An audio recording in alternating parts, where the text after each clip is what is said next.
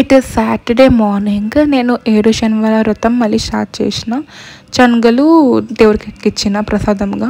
And పిండి దీపం ఎట్లా పెడతారో మీకు ఆల్రెడీ తెలిసిందే. సో మళ్ళీ టెంపుల్కి వెళ్ళి 108 రౌండ్స్ వేసిన.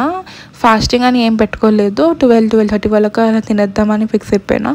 ఇడ్లీ చట్నీ తిన్నాను.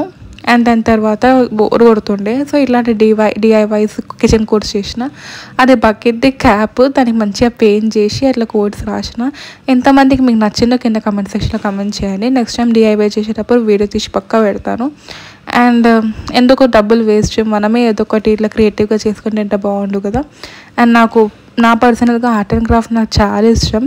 సో నేను ఇలా చేసుకుంటాను అన్నమాట అప్పుడప్పుడు. సో ఇది ఎంతమందికి ఎలా నచ్చిందో కింద కామెంట్ సెక్షన్లో కామెంట్ చేయండి. ఐ రియల్లీ లవ్ దిస్ అనమాట, doing this kind of arts. నేను చాలా డ్రాయింగ్స్ చేసేదాన్ని పెళ్ళికి ముందు.